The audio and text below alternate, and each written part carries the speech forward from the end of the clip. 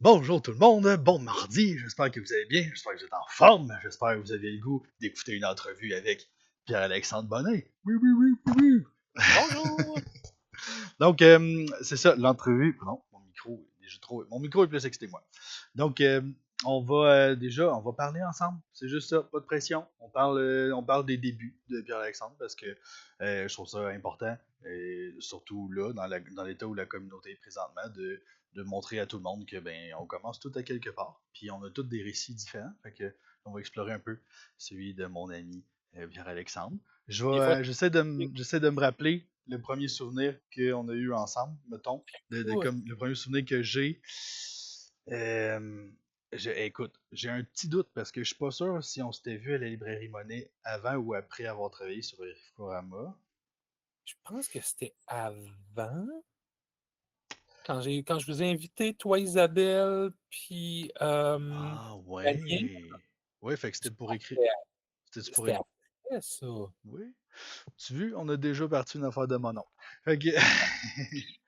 Me semble, dans ce temps-là, j'avais un chandail avec un dessin ici.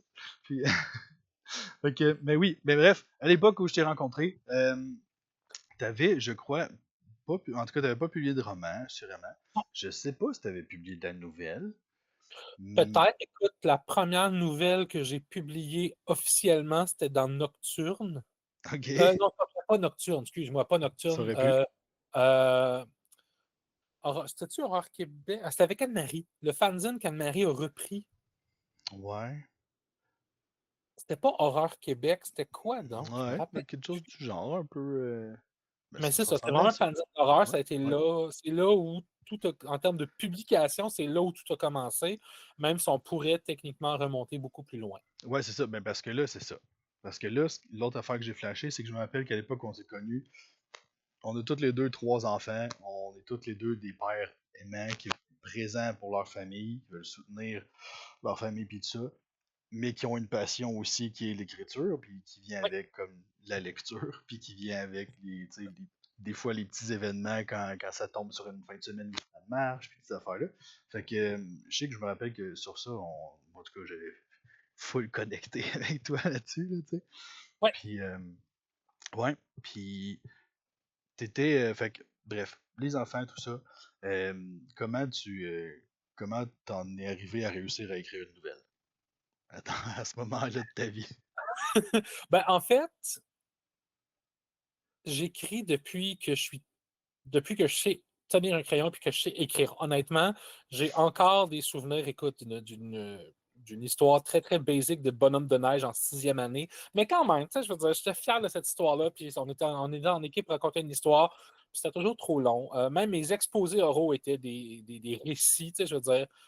Ça, je pense que c'est resté dans les annales de mon école primaire, en sixième année, là aussi. On fait un exposé oral, genre mon animal de compagnie préféré. Tu sais, je veux dire, c'est basic, t'es juste supposé faire ça en 5 minutes et tout. Moi, j'avais monté une histoire que c'est un gars qui était comme déprimé, qui va au pet shop parce que sa femme a divorcé, ses enfants l'ont dompé là, même son chien est parti, fait qu'il est full déprimé, il est tout seul dans la vie, il n'y a plus rien. Il s'en va au pet shop pour chercher un nouvel animal de compagnie. Puis le gars du pet shop, beaucoup trop pépé, beaucoup trop intense et potentiellement un pet shop, peut-être pas légal nécessairement, lui suggère le narval. Parce que là aussi, j'ai toujours pensé un peu en dehors de la boîte. Fait que, animal de compagnie, le narval, moi je trouve ça cool, ben, ça va être un animal de compagnie valide. Bon. Tant pis pour les consignes puis les points et tout. Fait que, j'ai toujours aimé raconter des histoires et tout.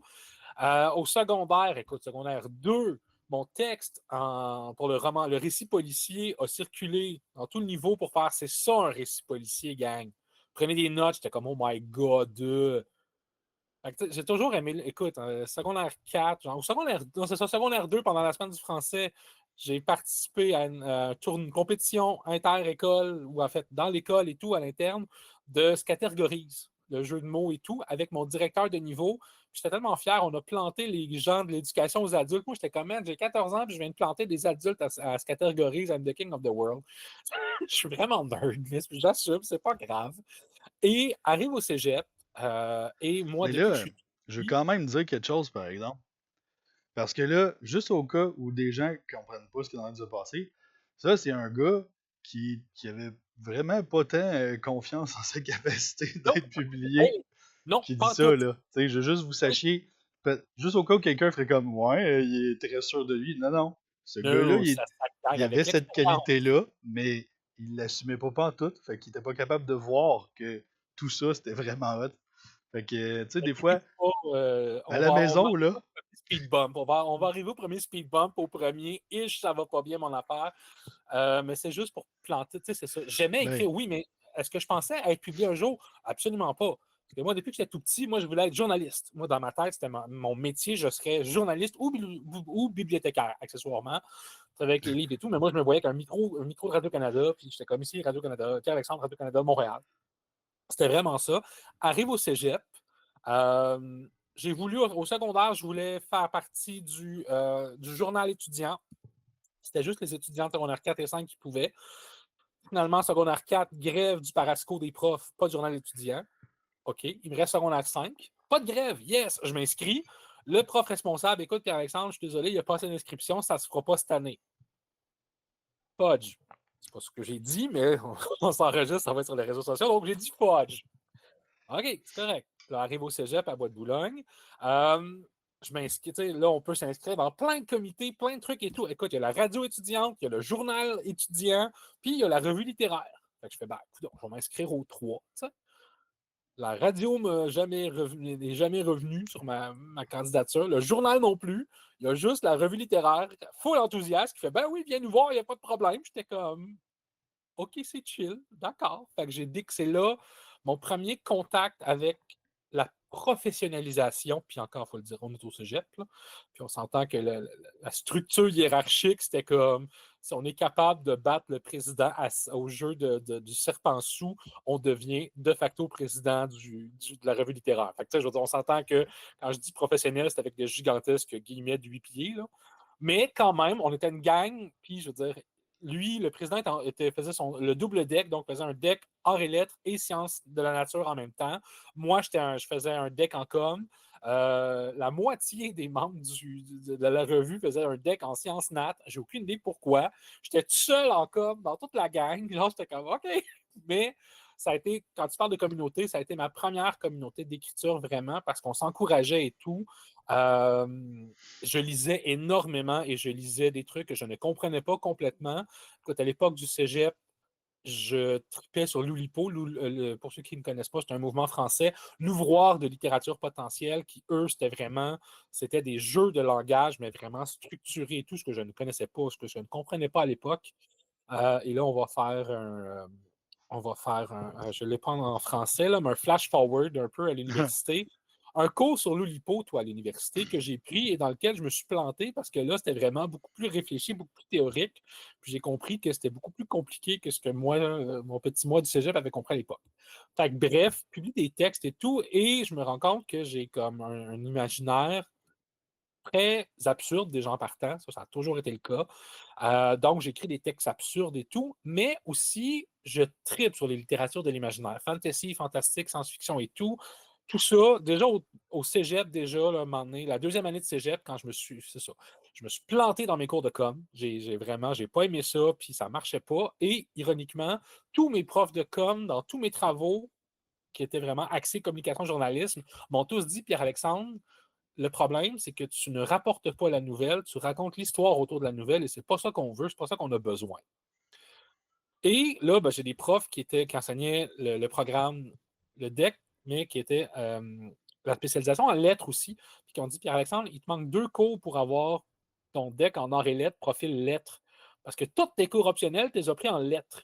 Fait que finis donc le profil, tant qu'à faire. J'ai fait OK. Et là aussi, une autre communauté, c'est les profs. J'ai gradué Bois-de-Boulogne, j'ai gradué en lettres. On était 3 étudiants. En fait, 3 étudiantes. Parce que je suis tout seul de gars, on va mettre Féminin l'emporte cette fois-ci et tout. À la fin du deck, camp d'écriture avec nos profs, on est rendu majeur, il y a de l'alcool et tout. Ça, fait comme, je repense à ça maintenant, puis je fais et que c'est pas éthique, puis que c'est comme, oh mon Dieu, que wow! Mais l'expérience, on a trippé, on a écrit. C'était vraiment magique. Arrive à l'université, je suis à l'UQAM et il y a la revue littéraire Main Blanche à l'UQAM. Fait que moi, je fais comme, hey, oui, au département de lettres en plus. Fait que je fais comme, j'embarque dans la revue et tout. Et là, je développe encore plus mon imaginaire absurde et tout. Et je rencontre un étudiant plus vieux que moi qui lui aussi fait de l'humour, tu sais, fait un peu. Je te dirais que c'est comme si j'avais rencontré Dave Côté avant de rencontrer Dave. C'était vraiment le même type d'imaginaire absurde, un peu bizarro et tout. Puis j'étais comme wow! Fait que là, j'ai accroché, j'ai fait hey, je veux vraiment faire comme lui. Et c'est là que j'ai eu vraiment le premier blocage. Et ça a été, honnêtement, ça a été majeur. J'étais au bac.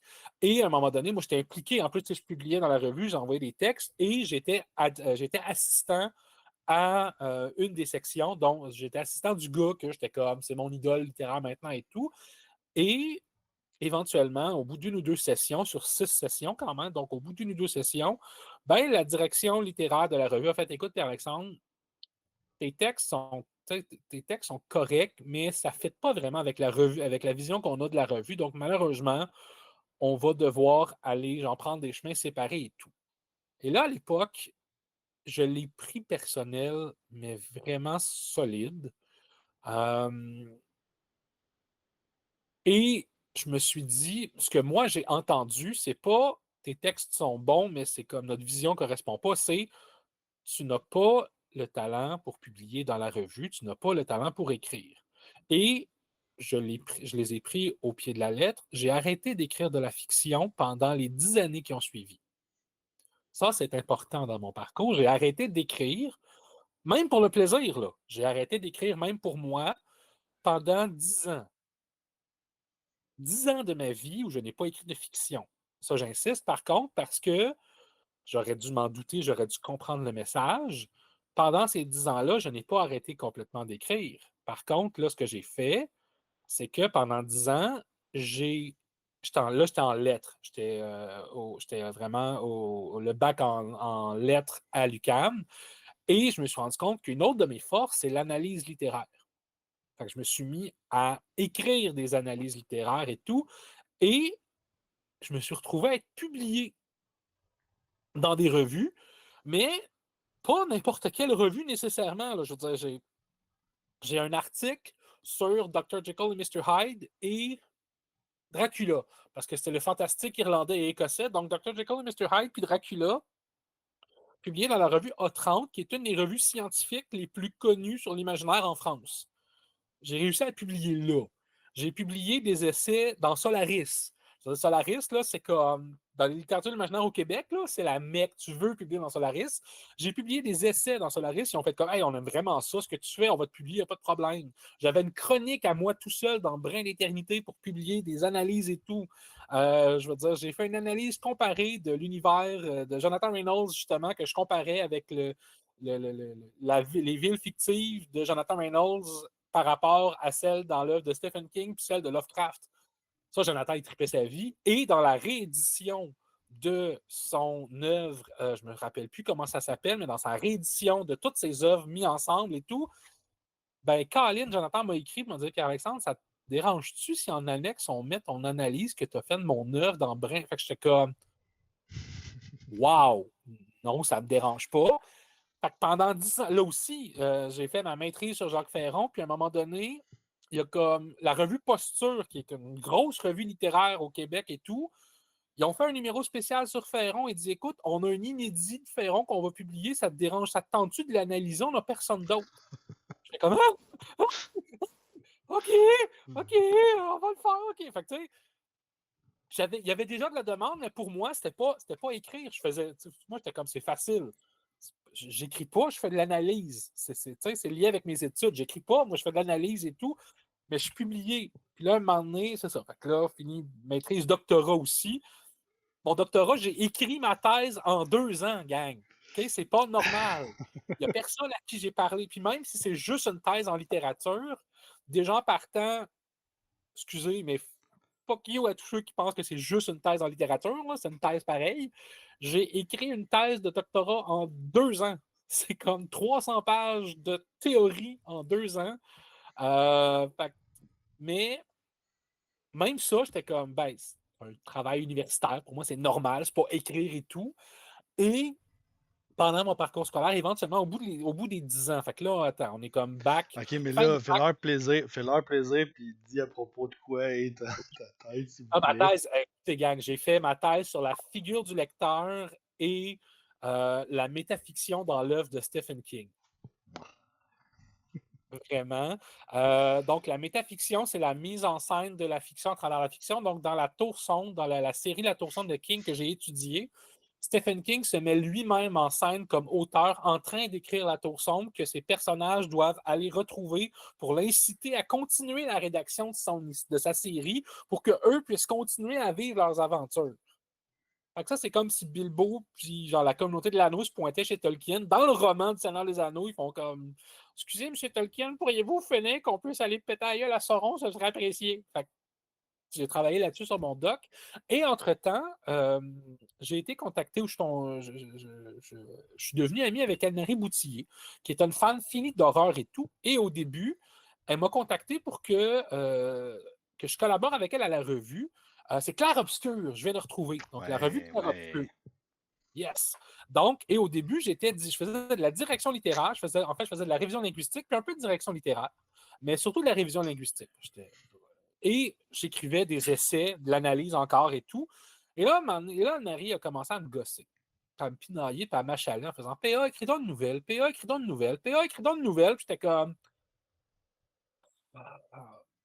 pas que ça me tente pas, mais je l'ai en arrière, moi, un peu comme là, je vais faire mes vieilles références de culture pop que personne ne comprend et tout, là, mais tu sais, comme dans les Simpsons, genre le fameux Lisa va avoir besoin de broche, Lisa va avoir besoin de broche. Mais moi, j'ai comme, t'es pas, tu sais, tes textes sont bons, mais ça correspond pas à ce qu'on veut faire. Ça correspond pas à ce qu'on veut faire. Fait que j'entendais, t'es pas bon, t'es pas bon, t'es pas que j'ai fait. Puis Anne-Marie, ils m'ont pas lâché. À l'époque, j'en ai voulu. Maintenant, je fais merci, il y a quelqu'un qui a comme pas arrêté de m'achaler. Et j'ai écrit une nouvelle qui, en toute honnêteté, n'aurait jamais été publiée ailleurs que dans un fanzine.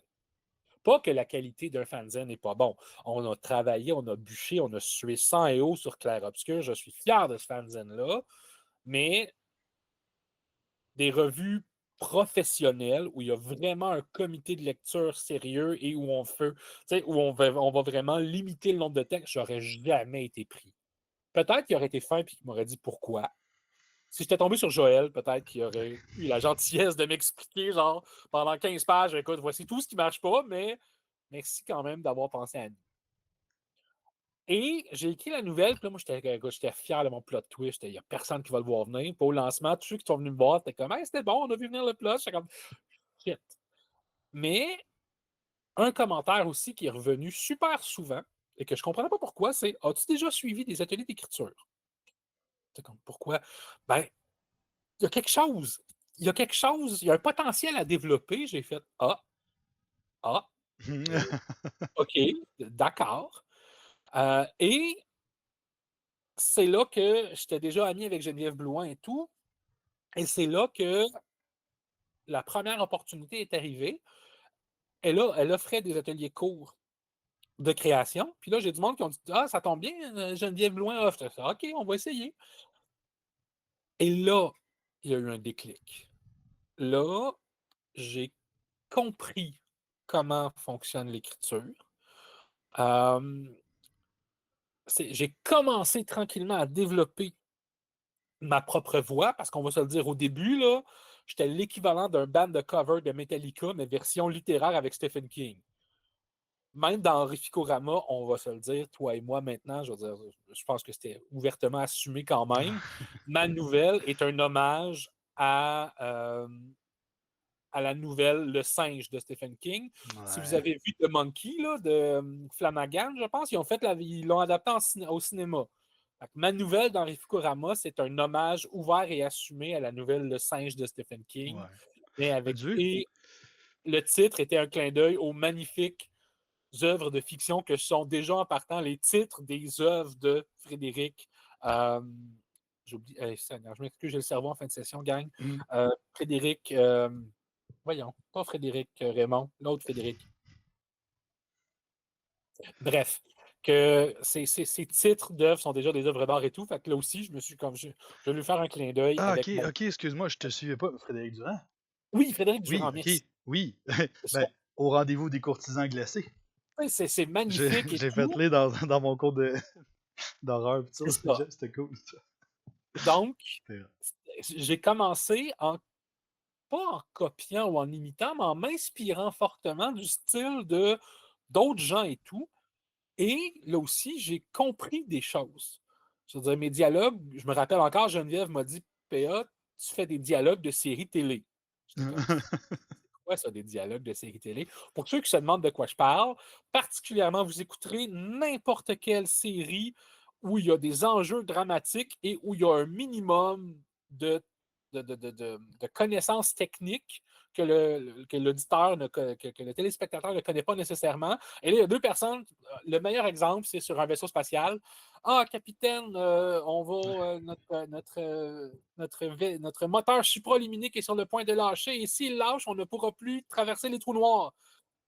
Mais c'est parce que le capitaine, il sait ça. C'est son vaisseau à lui. Il est supposé le savoir, avoir ces connaissances-là, mais le téléspectateur n'a pas les connaissances. Donc, les dialogues de série télé, c'est du dialogue maladroit qui cherche à passer de l'information qu'on pourrait passer autrement. Fait que ça, c'était une des premières critiques de Geneviève, puis j'ai fait Oh, d'accord. Et j'ai persévéré, j'ai fait d'autres ateliers d'écriture et tout. Et entre-temps, j'ai envoyé un paquet, j'ai envoyé des nouvelles à Brin, à Solaris et tout. Ça ne marchait pas. Puis là, j'ai dit à la blague, à un moment donné, j'ai fait hey, la seule manière que je vais avoir de me publier un jour, c'est de proposer un projet d'anthologie au Cibrume.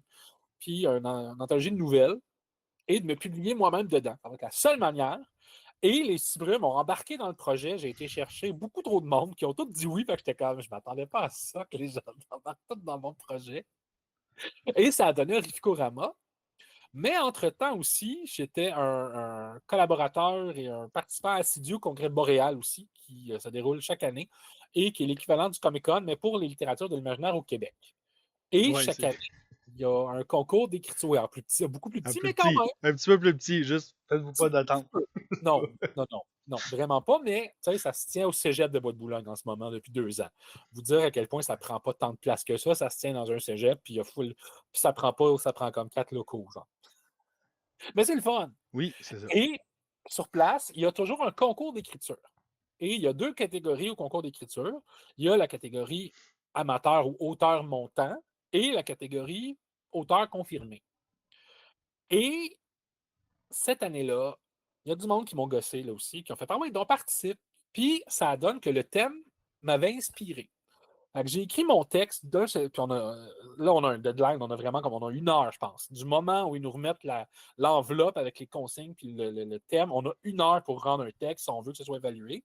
Et à la fin de semaine, à la fin du congrès, les remises de prix et tout, et là, je venais de dire de mémoire, je me souviens pas, je pense que c'est soit Isabelle Piette ou Valérie Harvey avec qui je jasais en disant j'abandonne, je ne serai jamais publié dans une revue ou quoi que ce soit. Et là, il annonce les prix et il annonce le prix d'écriture sur place, catégorie auteur-montant, et j'entends mon nom. Là, je fais comme bon, ils ont fait une erreur ou c'est une joke et tout.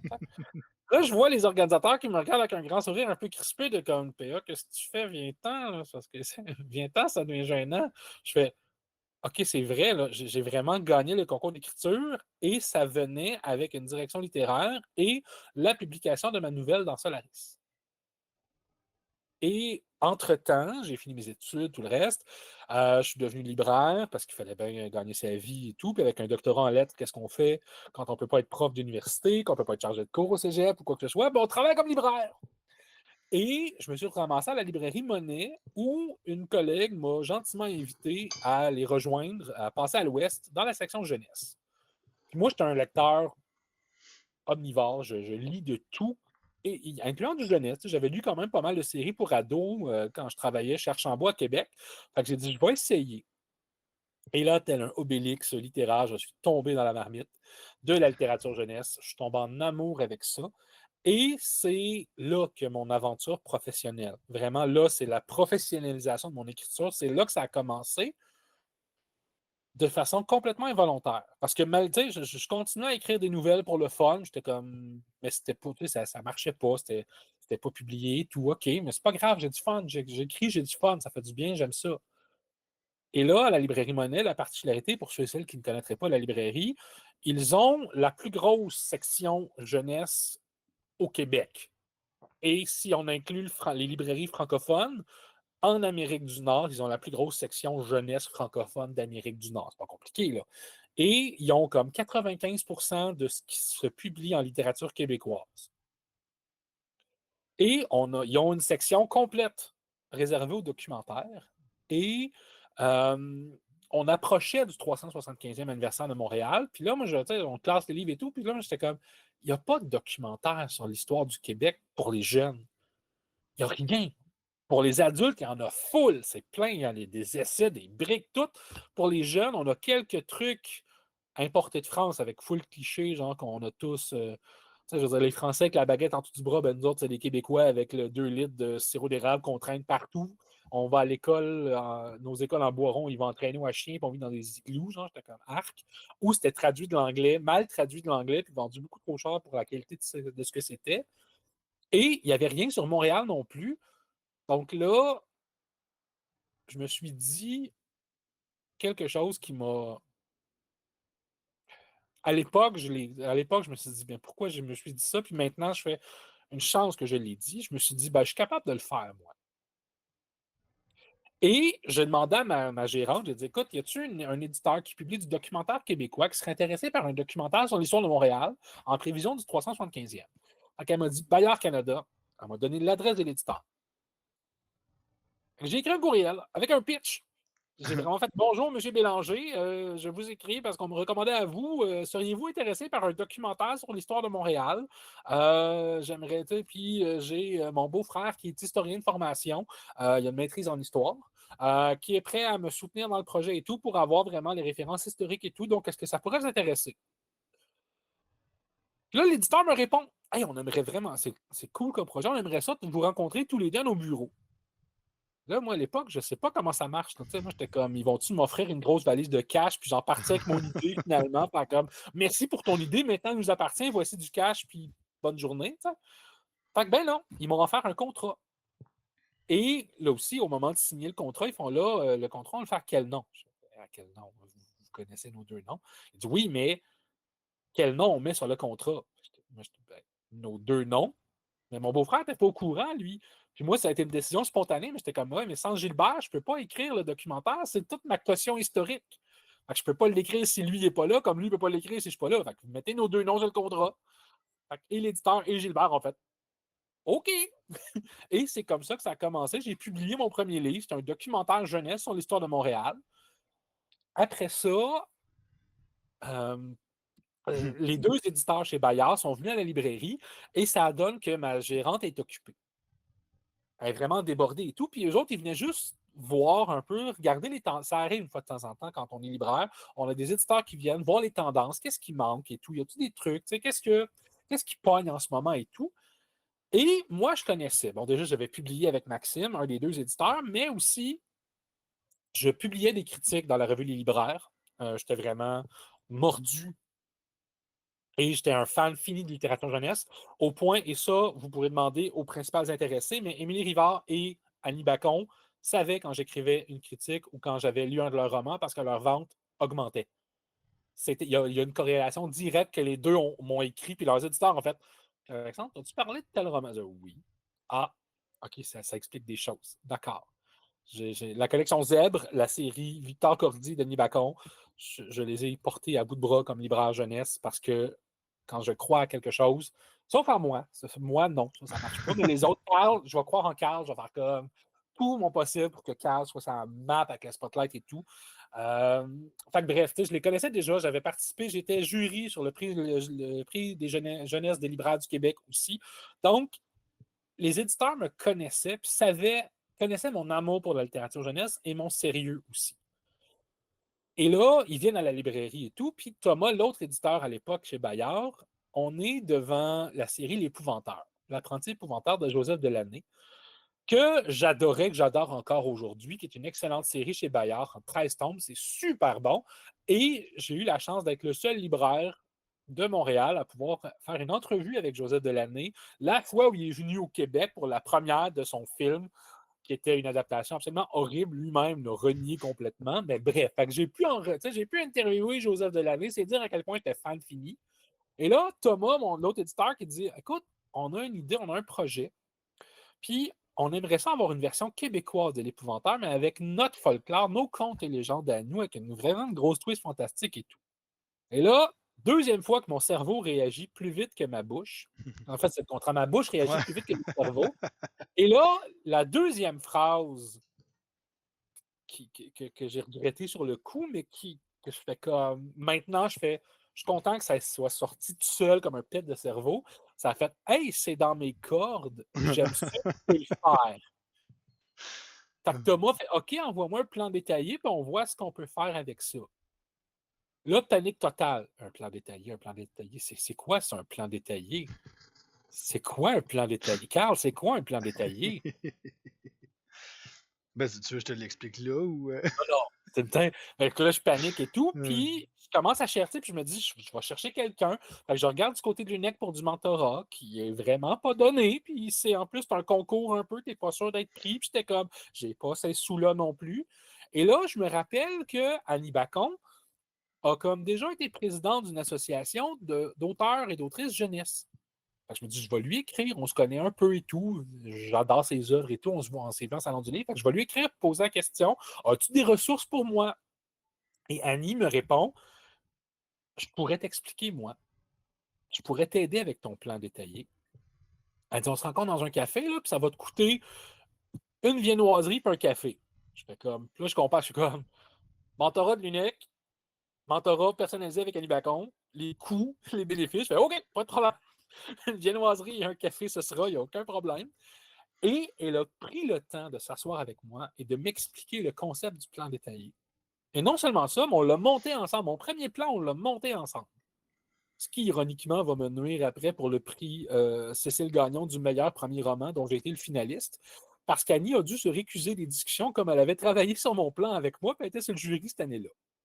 Mais quand même, là aussi, je ne croyais pas à mon potentiel et tout. J'ai été finaliste pour le prix jeunesse du meilleur premier roman. Je suis arrivé troisième. Puis, comme libraire, je le sais à quel point il s'en publie du roman et du nouveau roman. Genre les premiers auteurs et tout, les primo-romanciers, comme on appelle ça, pour être fancy un peu, là, les primo-romanciers, ils s'en publient au Québec, en jeunesse, en tabarnouche aussi. Je suis arrivé troisième. Et là, ça a donné le tome 1 des Chasseurs de légendes. Et là, je ne sais pas ce qui est arrivé. Écoute, encore aujourd'hui, je ne me l'explique pas et tout. Arrive le Salon du Livre de Montréal et tout, OK, bon, je fais des séances de dédicaces, puis j'ai la chance d'avoir les élèves de l'école, je ne me rappelle plus non plus, c'est pas Évangéline, en tout cas, une école secondaire et tout, où ils ont fait du cosplay avec certains de mes personnages. Pour lire des extraits de mon roman comme animation sur scène et tout, je fais comme, oh my God, c'est non mais cool. Et Bayard croyait fort probablement à ma série parce que j'ai encore les photos, j'avais une grosse affiche de la couverture de mon premier roman. Ça, normalement, là, c'est réservé aux vedettes, d'habitude. J'ai plus jamais eu ça après, mais là, il l'avait fait. Quand je suis revenu de l'animation sur le stage et tout, j'avais un line-up de gens qui m'attendaient. Puis à la fin du Salon du Livre, on était sold out. Mais il y avait un cube complet avec des grosses piles de juste mon roman, puis on a tout vendu. Encore à ce jour, je ne comprends pas ce qui s'est passé. Et encore à ce jour, je signe des tomes 1 des Chasseurs de légendes quand je vais en Salon du Livre. Ils les tiennent encore 10 ans après. Normalement, en Salon du Livre, c'est les nouveautés. Tout à fait Ou d'accord. les livres comme Carl, les grosses vedettes, que eux, leurs livres sont encore là et tout. Les éditeurs font ah, ça va vendre, il n'y a pas de problème et tout. Fait que moi, dans mon cas, les Chasseurs de légendes, ils en tiennent encore, puis on en vend encore 10 ans après. Et c'est là que tout a débloqué et tout. Mais je pense que, du point de vue des éditeurs, je pense que c'est tout le travail que j'avais fait en amont comme libraire, comme critique littéraire, comme jury des prix littéraires et tout. Ils ont vu mon sérieux, ils ont vu que j'étais quelqu'un qui était comme fiable, qui était professionnel, qui n'est pas diva pour deux scènes. Je veux dire, tu me dis, OK, voici ton texte, puis genre, c'est comme rouge partout en direction littéraire. C'est rouge, il n'y a pas de blanc nulle part, il n'y a pas de noir nulle part et tout. Je fais comme, OK, on va se retrousser les manches, puis on va y aller. Ah, mais ça, c'est le travail journalistique, d'après moi. Le côté aussi à l'université où t'es constamment en train de te Euh, faire dire à quel point tout ce que t'as fait, c'est de la merde, sauf cette phrase-là, mettons. C'est comme, ah, ok, on va tout en travailler. Ça se peut effectivement que ce soit mon Mm. côté analytique et tout. Et encore à ce jour, ça fait 10 ans ça va faire 10 ans cet automne que je publie comme auteur jeunesse. Encore à ce jour, je déteste les premiers jets profondément parce que je n'arrive pas à me débarrasser de mon juge qui a comme son perchoir permanent greffé sur mon épaule. Il me gosse, Carl. Je l'ai lu écrire et publier au Québec. Je le sais que je devrais lui dire de se fermer à la trappe. Je le sais. Je pense à toi à chaque fois, puis je fais comme. Mais mon juge intérieur est juste trop fort.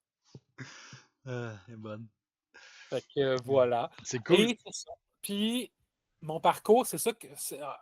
Ce qui est un peu ironique, c'est que je suis toujours un peu gêné de raconter mon parcours parce que je le sais à quel point ça reste un parcours atypique parce qu'en date d'aujourd'hui, 8 juillet 2025, de mémoire, j'ai proposé moi-même une série à un éditeur qui l'a accepté. Et je suis rendu à près de une cinquantaine de livres publiés. Tout le reste, ou presque, c'est pas vrai, les Mathéo aussi, je l'ai proposé, je l'ai pitché chez Urtubé. C'est vrai. On était à mettons, 2 ou 3 projets, puis mon premier documentaire. Donc, maintenant 2 ou 3 livres sur les 50 que j'ai publiés.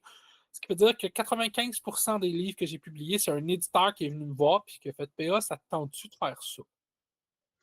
Je me Oui, mais sens attends un peu, là. C'est comme, tellement le gars, il joue privilégié. au basket, puis il est comme, je sais pas, je suis dans l'équipe de basket, puis toutes les fois que je lance le ballon, il rentre dans le panier. Man, ça fait 20 ans que t'es chez vous, Austin. 24 heures sur 24 à pitcher dans ton panier. C'est sûr que le jour où quelqu'un te voit lancer un panier devant tout le monde, fait comme, My God, il était où ce gars-là? Hey, veux-tu faire ce projet? Et nous autres, ça ne tente pas de faire, puis on veut pas trouver un auteur. T'es déjà là, puis t'es capable de faire ça, c'est sûr. On t'a vu lancer ton ballon, fais-le. T'sais. Puis toi, tu es comme, ah, quelqu'un qui m'apprécie, qui reconnaît mon talent, qui, tu sais, c'est valorisant, c'est le fun. OK, Puis comme ça, je t'es pas l'avais obligé de te le jamais vu dire comme à ça. Je toi si t'as l'avais tous ces sincèrement gens-là jamais qui te vu le comme disent. ça. Je l'avais jamais vu comme ça. Je fais, sais-tu, ça fait du sens. Je lui demande. Ben, c'est le travail, c'est comme, c'est One Punch Man, je veux dire, tu comprends, tu sais, comme, tu passes ta vie à faire la même affaire, c'est sûr qu'à un moment donné où tu vas t'en servir pour vrai, tout le monde va faire comme, wow, quelle Ouais, grosse plume, on s'attendait pas à ce que ça fasse de même, mais oui, ouais. le gars, il est comme, Et pendant des années. c'est ça. Puis depuis ce temps-là aussi, j'ai l'impression d'être encore en rattrapage des 10 ans où je me suis moi-même empêché d'écrire et tout. Fait qu'on dirait que là, je suis en mode rattrapage, j'ai tout le temps plein de projets et tout. Mais c'est ça, les premiers gestes sont difficiles. Et là, je suis content parce que là, j'ai trouvé ma voie et tout. Au début, j'étais chambranlant un peu, mais là, ça va et tout. Puis là, j'ai trouvé ma voie. Puis je fais comme. Puis là aussi, j'ai plus peur d'explorer des trucs parce qu'au début, c'est ça. Je veux dire, ma trilogie fantastique qui fonctionne super bien. Puis là, après ça, j'arrive avec un zèbre, genre, puis je fais comment je vais faire un roman humoristique sur les fake news? Le monde vont-tu me suivre? Spoiler alert, oui. D'ailleurs, mon roman sur les fake news est encore à ce jour mon meilleur vendeur. Je suis dans le top 3, ou mettons le top 5. On va garder un peu d'humilité, mais je suis dans le top 5 des meilleurs vendeurs de la collection Zeb chez Bayard. Puis au-dessus de moi, il y a les 2 romans, entre autres, d'André Poulain, genre la plus grosse poutine du monde, que tous les enfants qui me voient au Salon du Livre, quand je signe des Zeb, pensent c'est toi qui as écrit la plus grosse poutine? Non, c'est pas moi. J'aurais Et voulu, mais c'est pas moi. j'aurais vraiment aimé ça. Mais oui, fait que je suis comme dans le top 5 des meilleurs Ouais. vendeurs des zèbres avec mon roman sur les fake news. Merci, Président Trump. Je ne me pensais jamais dire ça un jour. Mais ouais. Ouais.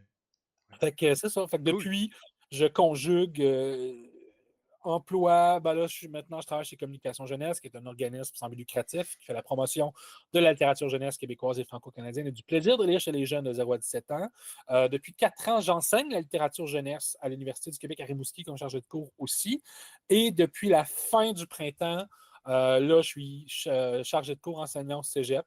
Donc là, je suis en toute fin de session avec mon premier groupe complet à moi. J'ai pleuré lundi en les remerciant de la session extraordinaire. C'est mon premier groupe à moi. Fait que je fais comme, mon Dieu, c'est marquant. Puis j'ai été tellement choyé. Donc, c'est ça. Et là, tranquillement, je me dis, je veux me diriger vers l'enseignement collégial. Mais garder encore l'écriture et tout. Ouais. Puis c'est sûr que les enfants grandissent, fait que là, je fais shit. Avant, j'écrivais genre, avant, à 7 heures, les enfants étaient couchés, ils étaient bébés. On les couchait à 7 heures. J'étais, hey, j'ai toute la soirée. À cette heure, il est 9h, ils viennent chercher un verre d'eau. Je fais comme, va te coucher, il faut que j'écris. Ouais. Mais c'est ça, mais c'est justement, ça, ce serait vraiment le fun si, comme, tu nous parlais un peu de comment t'as géré, comme, la vie de famille, puis l'écriture. Dans les moments les plus difficiles, mettons, ça ressemblait à quoi? Non, mais c'est important. Oui, je sais, mais c'est ça. Écoute, Ok, j'ai là, la t'es mémoire parti. C'est pour ça. et tout. Tome 2 ou tome 3 des Chasseurs de légendes. Chacun des tomes fait 75 000 mots. J'ai un éditeur très exigeant avec des attentes très élevées à mon endroit en termes de productivité et tout. Et là, j'ai réussi à écrire à peu près 30 000 mots, mais il faut que je rende le manuscrit de 75 000 mots, genre, dans 4 jours. Là, ma conjointe, qui était curée de me voir rusher ma vie et tout, elle fait là, j'ai réussi à racheter les billets pour Sandbanks en Ontario, un camping en Ontario. Je pars avec les enfants. Qui sont quand, je veux dire, mon plus jeune, Louis, mon plus jeune, avait peut-être un an. Mettons un an et demi, 2 ans. Je pars en camping sous la tente avec ma belle-mère et tout. Ma conjointe, ma belle-mère, les 3 enfants, ils partent. Elle dit là, quand je reviens, je veux que ton manuscrit soit fini, je veux plus en entendre parler. Fait que oui, chérie, pas de problème, d'accord. Quand vous avez un conjoint, une conjointe qui vous soutient à ce point-là, tu fermes ta gueule, tu dis oui, d'accord, ça va être fait. Peu importe ce que ça va te coûter, c'est pas grave. Oui, d'accord. Fait que j'ai clenché 15 000 mots par jour pendant 3 jours, parce que normalement, j'avais 4 jours. Sauf que à ce moment-là, il y a eu des orages, mais d'une violence pratiquement historique dans la région de Sandbanks, en Ontario et tout. La tente a été inondée. Et ma conjointe a fait OK, on part, on revient. J'espère que tu as fini. Fait que j'ai clenché 45 000 mots en 3 jours. C'était l'été, faisait chaud, faisait humide. Fait que j'écrivais. Du moment où je pensais que je commençais à avoir un blocage, j'allais prendre une douche. J'en ai pris des douches pendant ces 3 jours. J'étais propre pendant cette période-là et tout. J'ai fini par réussir et tout. J'ai rendu le manuscrit à l'éditeur. J'étais comme, c'est fait. Ça y est, c'est fait. Euh, donc, ça a été vraiment le plus intense, le plus tough. Mais sinon, ça, je me rends compte que c'est un peu comme Michael Phelps en natation, qui a comme un paquet d'avantages biologiques. J'écris vite.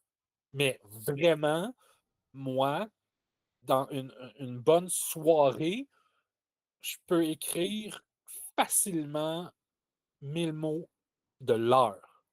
Je dis pas que ça va être top-notch, il n'y aura pas de. Non, c'est pas grave, mais je suis C'est un capable de premier jet, là. sortir. Un premier jet, là, je suis capable de sortir 1000 mots à l'heure.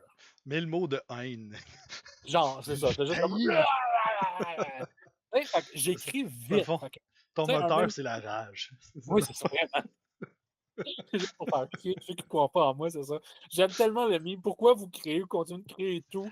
Juste pour faire chier les gens qui ne croient pas en moi. Puis c'est C'est exactement, ça. c'est le Pour moteur qui me me nourrit depuis venger. des années. C'est un excellent moteur de création, honnêtement. Fait que c'est ça, donc j'ai cette chance-là, ce qui fait que, et en jeunesse, là aussi, les projets, tu sais, je veux dire, j'ai jamais fait autre chose d'aussi gros que les chasseurs de légendes, ça c'était l'exception. Mes plus gros projets après ça, ça descendait à 55 000 mots pour mes 2 Mathéo. Euh, et sinon, ça tourne autour de 15 000, 20, 25 000 mots et tout. Ce qui, dans les faits, donne techniquement 15 à 25 heures de travail. Réparti 1 heure par jour, 2 semaines, puis j'ai un premier jet. Oui. Mais là, après ça, il faut le retravailler, Oui, là. oui, oui. Mais quand même, fait que je fais comme, même si les enfants se couchent plus tard maintenant et tout, je fais bon, je vais y arriver. Puis le documentaire, c'est encore plus le fun parce que le documentaire, quoique là, j'ai un gros projet de documentaire qui s'en vient pour l'automne, puis il me fait peur un petit peu, celui-là. J'ai un Mais c'est petit pas peu mal tout le peur. temps, là, t'as l'air de dire, c'est pas mal tout le temps cette méthode-là, c'est-à-dire que 2 jours du travail, le Oui, soir, c'est la famille, puis quand tout le monde se couche, t'écris jusque. oui. Et c'est T'écris. des fois, Comment c'est tu des gros décides à projets. quel moment t'arrêtes d'écrire le soir? Quand j'arrive plus à aligner 2 mots, quand les yeux me ferment tout seul. Ok. Je fais OK, Ok. je vais arrêter là. Ou des fois, je me fixe un objectif. Puis il y a ça aussi. Ça, ma conjointe a capoté sa vie. dès la rédaction de mon mémoire, mais ça, je pense que c'est ça. Mes études universitaires m'ont beaucoup aidé parce qu'avec déjà à la rédaction de mon mémoire de maîtrise aussi, je me fixais des objectifs. J'étais comme, OK, ce soir, j'écris 800 mots, 1000 mots. OK, fait que là, tant que le compteur affiche pas, je continue. Je l'ai réussi, parfait, j'arrête. Mon objectif est rempli, c'est bon. Puis encore aujourd'hui, je me fixe des objectifs. Je calcule, j'ai combien de mots, puis j'ai combien de temps. Mais mon manuscrit, c'est un 50 000 mots, j'ai 3 mois. 3 mois, c'est 90 jours. 50 000 mots divisé par 90, ça fait combien? Je ne le sais pas, là, mais fait que ça donne en moyenne tant de mots par jour. C'est vrai que OK. je fais ça, moi aussi. Je viens de me faire réaliser ça, je m'en rendais pas compte, mais c'est vrai. C'est comme quand C'est tu vrai, je fais calcule tout le temps mes affaires de même aussi. tu Ça fais a du bien. vélo stationnaire, tu fais du tapis roulant, peu importe l'exercice. Moi, je compare l'écriture, la créativité, quand je fais des animations dans les écoles, je compare toujours ça à un entraînement sportif. Je fais Ah, la créativité, l'écriture, ce sont des muscles que vous pouvez développer ouais. avec l'exercice et la régularité. Je leur dis, Sidney Crosby, là, il n'a pas commencé dans LNH à gagner des Coupes Stanley. Là. Il a commencé de Bantam 3A, Midget ou Pee-Wee. Il s'est pratiqué chez eux dans son entrée de garage à faire des slap shots à la porte de garage ou, je veux dire, à jouer dans la rue et tout. Là. Pour Comme le fun, toi! c'est Comme c'est- toi! C'est c'est ça que ça. t'as fait! Ben oui, c'est ça. Fait que là, aujourd'hui, je fais OK, finalement, ça paye. Et avec un objectif, en divisant le nombre de mots par le deadline que j'ai, puis là aussi, ça, c'est quelque chose qu'il faut garder en tête quand tu es un auteur professionnel, en fait, quand tu es un auteur publié, on va dire auteur publié, tu as des deadlines à respecter. Tu as un contrat et tout. Les éditeurs sont quand même compréhensifs, mais tu as quand même des deadlines à respecter. Donc, moi, je fais comme, OK, j'ai tant de temps pour écrire le manuscrit. Parfait. Fait que des fois, je me donne des cheat days. Je fais aujourd'hui, je suis comme, ça va, tu sais, je suis malade. Genre, je suis comme, j'ai le nez gros de même, je suis congestionné, j'ai une migraine. Ah, regarde, là. Non. Fait que je peux séparer le nombre de mots de ma session que j'ai skippée. Ben, je la sépare pour les 3 ou 4. Fait que je fais comme, au lieu de faire, oh my god, j'ai 5000 mots à écrire demain, j'en ai 1025.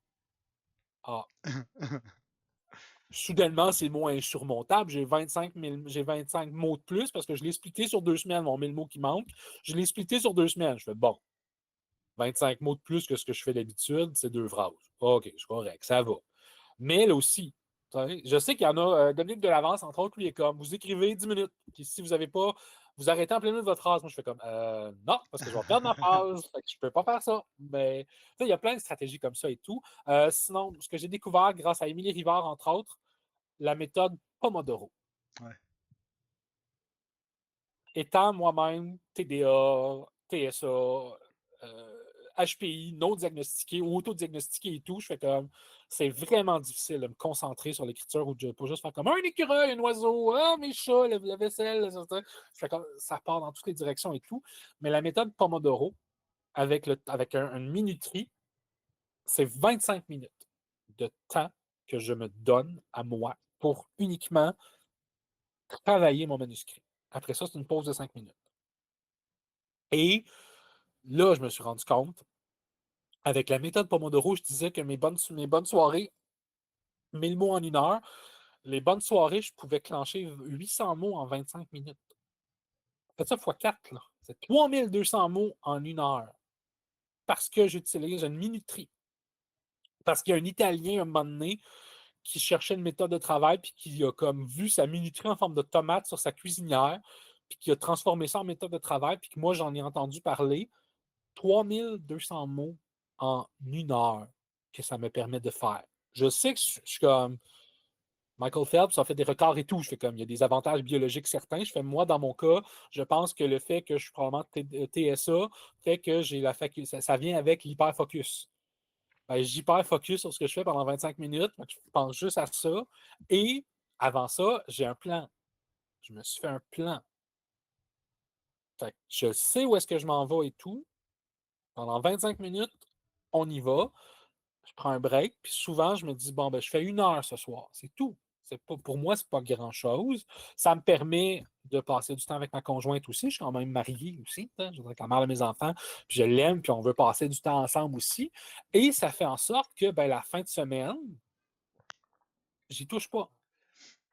À moins vraiment d'avoir une urgence ou quoi, ou qu'on décide qu'on est veg, tout le monde à la maison, la conjointe est dans le lit en train de lire, les enfants sont tous sur leurs écrans, je fais ben, non, je vais écrire tant qu'à faire, je vais en profiter. Mais sinon, c'est le soir aussi. Ça aussi, j'ai été très inspiré par Stephen King. Stephen King est vraiment mon maître à penser personnellement. J'ai lu tous ses romans, j'ai lu son essai L'écriture mémoire d'un métier, j'ai lu Danse macabre sur l'horreur et tout. Et dans L'écriture mémoire d'un métier, ou en tout cas en entrevue, à un moment donné, il disait j'écris tous les jours, sauf à la fête nationale, sauf le 4 juillet, à Noël et à ma fête. Puis là, dans une entrevue subséquente, plusieurs années plus tard, il dit en fait, savez-vous quoi, depuis tout ce temps-là, je vous ai menti. J'avais peur de passer pour un freak. J'écris aussi à Noël, le 4 juillet, le jour de ma fête. Je dis, j'en ai enlevé un peu, j'avais peur Excellent. de passer pour un freak, mais finalement, il écrit tous les jours de l'année, puis j'étais comme, c'est sûr que maintenant, avec la multiplication des projets, puis de ce que j'ai, puis je me rends compte, à 42 ans, j'ai plus la même énergie qu'à 32. Il faut prendre ça en compte un peu aussi, mais quand même, avec cette discipline-là, ben, ça fait en sorte que l'année passée, en février, j'ai perdu un manuscrit de 30 000 mots sur 55 000. Le tome 2 de Mathéo, que je devais rendre fin février, début mars, retour de la relâche et tout, j'avais pas de sauvegarde externe à mon ordi de ce manuscrit-là, de ce 30 000 mots que je venais de compléter et tout. Puis, il y a eu un accident de verre d'eau avec ma grande fille qui a maintenant 13 ans. Elle avait 12 ans l'année passée et tout. Et mon ordi a sauté. Puis tout le contenu était irrécupérable. J'ai écrit à mon éditrice, j'ai dit ça, c'est vraiment le truc le plus dévastateur qui m'est jamais arrivé comme auteur, c'est ça. J'ai perdu un manuscrit de 30 000 mots sur 55 000. C'est les 2 tiers d'un manuscrit perdu, il n'y a plus rien et tout. Tout ce que j'avais, c'était le plan que j'avais retravaillé avec une amie parce que je n'étais pas convaincu et tout. Donc, on avait retravaillé le plan comme il faut. Et j'ai écrit à mon éditrice, je dis là, il y a 2 options. Moi, personnellement, je vois 2 options. La première, je prends le temps de faire mon deuil, de pleurer ma vie roulant en petite boule pendant 6 mois, mangeant de la crème glacée Ben Jerry's, comme dans les films. Et je recommence, je reprends le collier en automne. Ou, comme on dit toujours, que quand tu tombes de cheval, il faut que tu remontes dessus tout de suite et tout. On est début février, je te le rends fin mars. Je te rends 55 000 mots à la fin du mois de mars. Je me fixe un objectif complètement irréaliste. Puis je vais le tenir parce que j'ai la tête dure, puis je suis orgueilleux. Là, ma conjointe va voir ça, cette vidéo-là, sur Facebook. Elle va dire ah, je le savais, je l'ai toujours dit. Fait que bonjour chérie, t'as raison, effectivement.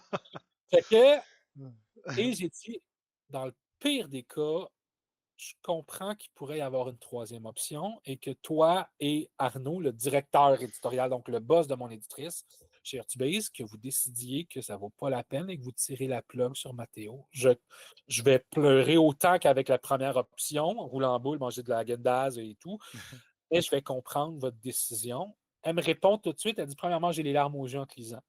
Elle dit deuxièmement, Arnaud est fâché après toi.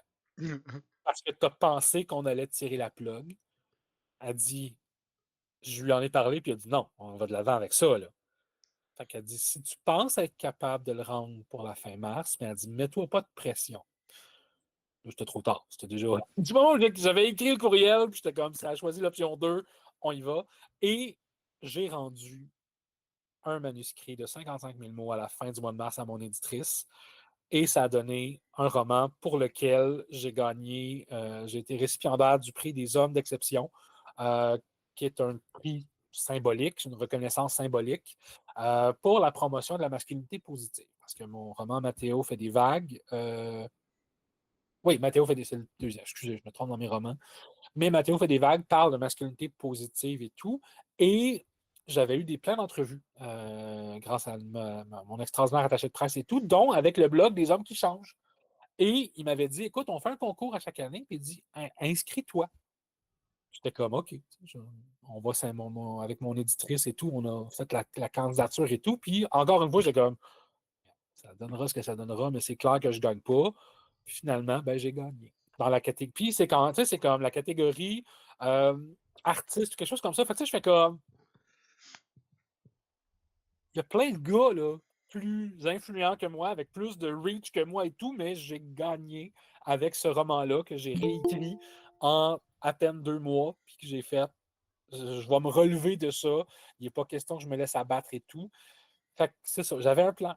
J'avais un plan, puis j'ai la tête dure, puis c'est C'est ça. Puis on récolte ce que l'on sème. Fait que là, aussi, tu puis récoltes beaucoup d'amour, mon ami. C'est ça qui oui, arrive. puis j'essaye de redonner aussi. C'est pour ça, entre autres, que j'ai accepté tout de suite quand tu me l'as proposé. Je fais oui, absolument. Ouais. Parce que j'ai des gens extraordinaires qui m'épaulent depuis 10 ans. Toi, t'en fais partie aussi. Tu m'as jamais. T'es comme mon cheerleader personnel. Puis je fais comme, ben voyons, qu'est-ce que tu fais? C'est le pompon à côté. Puis comme, Go PA! Go PA! Je suis comme, OK, d'accord. On va Ouais. essayer de pas décevoir Carl. Fait que c'est ça. C'est ça. Tu Tu sais, m'as puis jamais déçu, Alexandre. non, écoute. Mais c'est ça. Sinon, j'ai Émilie Rivard, justement, qui est une autrice jeunesse que j'adore et tout, qui a du métier de la cravate Ouais. et qui a, avec encore aujourd'hui, c'est ma bêta lectrice. C'est elle qui relit mes manuscrits. Là, maintenant, c'est plus. Au début, c'était systématique. Au début, tous mes manuscrits lui passent entre les mains parce que je n'étais vraiment pas sûr de mon coup. Maintenant, c'est quelques projets spécifiques, dont le manuscrit pour ado que je suis en train de procrastiner, bûcher, repousser en ce Ouais. moment parce que c'est une thématique que je considère super importante. C'est un roman pour ados sur le masculinisme, sur le mouvement masculiniste et tout. Et la particularité, c'est que ça paraît dans une collection où le personnage doit faire un choix. Il arrive une situation, à un moment donné, il arrive un point de rupture et le personnage doit faire un choix. Et le lecteur peut choisir quelle fin il veut lire. Il peut lire les deux, il n'y a pas de problème. Mais moi, comme auteur, je dois prévoir deux. Donc, il y a un choix où le personnage décide de travailler sur lui, de devenir une meilleure personne. Fait que là, je suis comme, je suis content parce que il est comme, déjà dans la première partie, je suis comme, il me gosse un peu, fait que on va le peaufiner un peu et tout. Mais l'autre choix, là, que je dois présenter comme étant tout aussi légitime, ben, c'est que lui, il adhère au concept, au précepte masculiniste et tout. Puis Ouais. je fais comme, je viens de gagner un prix pour ma promotion de la masculinité positive. Comment tu veux que je fasse comme, oui, guys, les gars, ça peut être legit d'aller vers le masculinisme et tout. Ben, Ça man, va. rencontre, lâche un cas sur ton Facebook pour chercher des hommes qui ont un discours positif de cette Mais, façon-là aussi. mais c'est ça. Mais tu sais, j'ai vu des capsules, j'ai écouté les vidéos, j'ai lu des livres et tout aussi. Et ce que je me rends compte, c'est ça. J'ai un plan, mon éditrice a approuvé mon plan, Émilie Rivard aussi a approuvé ils sont d'accord avec mon plan et tout. C'est juste que je me rends compte que c'est ça, c'est que ça va tellement à l'encontre de mes valeurs personnelles que j'ai de la difficulté à m'en. Puis ça, je pensais à être passé par-dessus. De me séparer moi, tu sais, séparer l'œuvre de l'artiste. Je pense pas être quelqu'un de problématique socialement et tout. Mais tu sais, de me séparer moi de mon œuvre, je pensais avoir maintenant comme c'est réglé et tout, il n'y a pas de problème. Ben non. Ouais. J'y arrive pas, puis je me dis. Puis j'aime pas mon personnage en plus. Il me gosse, Simon. Il m'énerve, il me tape ses nerfs, Simon. Mais je me dis, c'est important parce que s'il y a un ado qui lit mon roman, puis qui fait comme shit, j'avais pas pensé à ça. Fait que je me dis, cet ado qui existe peut-être pas, ou en tout cas idéalisé ou fantasmé ou peu importe, c'est pour lui qu'il faut que je le fasse. Puis là, c'est ça. Là, là, je finis ma session, je vais avoir de la correction et tout, mais après ça, c'est ma priorité absolue, c'est finir ce manuscrit-là. Mais c'est clair que je l'envoie à Émilie pour avoir son retour de Ouais. lecture parce que je lui fais confiance et je sais qu'elle ne fera pas juste oh, c'est tellement, tu sais, tes parents, genre ton meilleur ami, ta blonde, qui, tu sais, Ouais. pas qu'ils n'ont pas de jugement critique, mais qui veulent tellement t'encourager qu'ils ne sont pas capables d'avoir de distance critique. Ouais, c'est un amour qui est tellement comme bienveillant que ça voit C'est ça, pas. c'est Puis comme, oui, des fois j'ai besoin de bienveillance, mais d'autres fois j'ai Mhm. besoin que tu me dises écoute, ça marche pas. Là. C'est beau parce que ça vient de toi. Oui, c'est Tout. Fin. oui, mais non, c'est pas ça que j'ai Ouais, besoin comme bienveillance. J'ai besoin d'une bienveillance qui fait que, tu sais, c'est c'est ça. une bienveillance qui vient qu'un cap d'acier puis qui fait comme dude, ça c'est non. C'est ça. Hey, Pierre-Alexandre, Oui, il est 8h40. et Seigneur, je m'excuse, gang. Je suis Ben désolé. non, moi ça me dérange pas tout. Là, c'est juste que est-ce que je peux te donner l'occasion aux gens de poser des questions ou Ben toi oui, ta soirée ben oui. OK, d'accord. J'ai assez parlé que là, les pauvres autres, ils m'endurent depuis une heure. Fait plus que, qu'une heure, c'est parlé. est-ce qu'il y a des gens qui auraient le goût de poser des questions à Pierre-Alexandre, qui ont fait quelque chose qui leur a parlé pendant la rencontre, ou un petit mot, peut-être, s'il y en a qui ont des commentaires aussi. C'est accepté. Je vous laisse. C'est une chance de vivre, mais aussi dans tous les prochains salons du livre, vous allez aller. Oui, je devrais être là. Bon, ben, on dirait qu'on s'enligne sur pas de questions, D'accord, il n'y a j'espère. aucun Fait problème, c'est que, correct aussi. fait que c'est quoi la prochaine en fait? Non, c'est vrai, là on a notre tirage. Ok. D'habitude, je vais avec la liste. Est-ce que. Ah, tiens. Mireille, est-ce que tu avais pris les noms en note? De toute façon, ça, c'est le moment où je peux arrêter le. J'aurais pu arrêter l'enregistrement avant ça. On sait pas. Je... Fait que. Je termine l'enregistrement, puis après ça, je fais tirer le livre de Pierre-Alexandre. Fait que. Bye bye tout le monde sur Internet. On se revoit une prochaine fois. Et merci beaucoup, Alexandre. Merci. Ben, merci, Carl, de m'avoir invité, de m'avoir reçu. Vraiment, ça a été très C'était le apprécié. fun. Puis c'est ça, n'hésitez pas, Pierre-Alexandre fait partie de la bande des Kalinours. on, est, on est deux personnes qui tirent des lasers arc-en-ciel à travers notre chest. Fait que si vous Yes. avez besoin de bonheur, vous venez nous voir dans les salons du livre. C'est toujours Mhm. plaisir.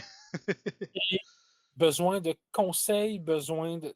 Là aussi, je j'ai pas nécessairement le temps de faire du mentorat aussi poussé, mais si vous venez nous voir, vous avez des questions spécifiques ou quoi, besoin d'encouragement, venez nous voir. Venez me voir aussi. Ça va me faire plaisir de jaser avec vous, de vous orienter, de vous diriger et tout, de redonner ce que moi j'ai eu. Ça, c'est pour moi, c'est fondamental.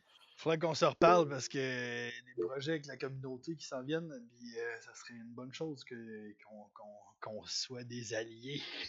Ben, écris-moi, ça va me faire plaisir de participer à ça. Puis là, OK? finalement, on a une question d'Ariel Yes! qui est arrivée. Ariel, nous t'écoutons. Oui, ben dans le fond, je me demandais, j'ai peut-être mal compris, si tu dis que dans ton projet en cours, il y avait deux fins alternatives. Est-ce qu'une des fins, tu dis j'ai de la misère à l'écrire, mais c'est-tu parce que justement, c'est comme je vais mettre des guillemets, le mauvais choix vers. Ben, Parce que tu dis je veux pas encourager ça, je me suis perdu en chemin. c'est ça. En fait, Des questions philosophiques qui suivent. oui, oui, absolument, mais c'est ça. C'est que le concept de la collection, qui s'appelle la collection Nuance, c'est vraiment, on présente des choix et normalement, par exemple, il y en a un, c'est dans le ventre d'Alice, qui est sur la grossesse adolescente, à l'adolescence. Et Alice découvre qu'elle est enceinte. Donc, les deux choix qu'elle va faire, si je ne me trompe pas, c'est elle va décider de se faire avorter ou je pense qu'elle va accoucher. Je ne sais pas si elle donne l'enfant à l'adoption ou si elle le garde et tout. Mais c'est de montrer que les deux choix sont valides, mais qu'il n'y a aucun des deux choix qui est meilleur que l'autre. Les deux choix ont des avantages et des inconvénients. Il y en a un qui parle des gangs de rue de Diana Bellis, qui est un de ses sujets de prédilection et qui est vraiment rough. Honnêtement, je l'ai lu et j'étais comme oh God, il fait mal. Et le personnage est dans un gang de rue et à la fin, donc les deux fins, soit il décide de tenter de sortir des gangs de rue ou il décide d'y aller à fond la caisse et de reprendre le leadership du gang de rue duquel il fait partie. Et dans ce cas-là, les deux fins finissent mal. Mais l'important, c'est de montrer au lecteur les deux options sont valides et les deux options amènent du positif dans la vie du personnage, mais amènent aussi du c'est des fins douces amères dans les deux cas. Mais dans mon cas à moi, le problème, c'est comme c'est quoi le positif d'être mascu? C'est quoi le positif d'être masculiniste? L'esprit de communauté? Quand même, mais c'est toute une gang de misogynes et de sexistes. Fait comme, quel Oui, genre mais d'esprit je veux de dire, communauté tu peux avoir et tout. ben, Ah, il y a des gens qui pensent comme moi. ouais. Ouais, c'est ça le problème à la base, buddy. Là. Oui, c'est ça, mais si c'est juste comme qui approche le même problème de deux façons différentes, ben c'est juste comme ce que tu montres, c'est juste ben tu peux affronter le problème comme ça, mais ça veut pas dire que le après il est le fun non plus, Mais comme tu sais. c'est vers ça que je me dirige. Et mon éditrice a une remarque très juste aussi. En fait, elle m'a fait une suggestion. C'est que pour la fin, ou le choix où il s'enligne vers le masculinisme, on va avoir un épilogue qu'on n'aura pas dans la première partie. Et on va retrouver mon personnage en 10 ans plus tard. Ou mettons 5 ans plus tard, il va début vingtaine, parce qu'il est en secondaire 5. Fait que, mettons, début vingtaine, pendant son bac ou fin de son bac et tout, et il va se servir de ce qu'il a, du temps où il s'est rapproché du masculinisme pour en tirer du positif.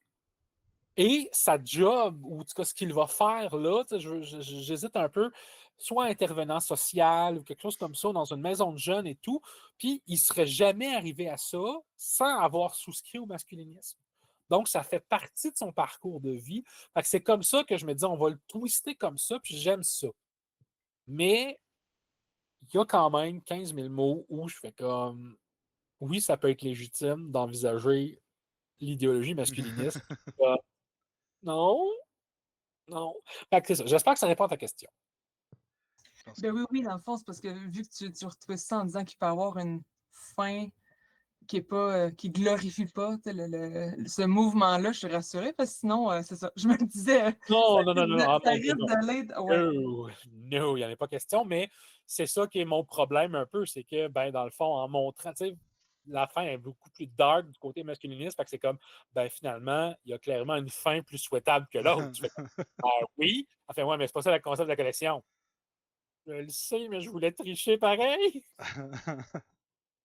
Fait que ça, c'est le signe que c'est une bonne éditrice qui fait comme, qui te recadre aussi, puis qui fait, écoute, je comprends ce que tu vis, je comprends ce que tu me dis, voici une solution potentielle, une solution possible. Je fais, oh, j'aime ça.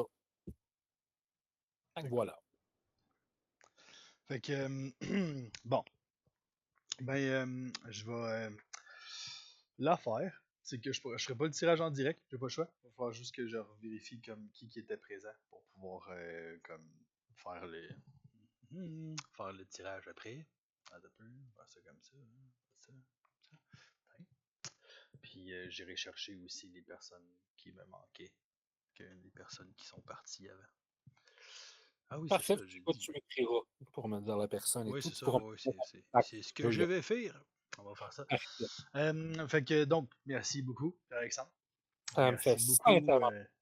d'être venu, d'avoir participé à ça. J'espère Puis que vous avez apprécié. J'espère sincèrement. ben, j'espère.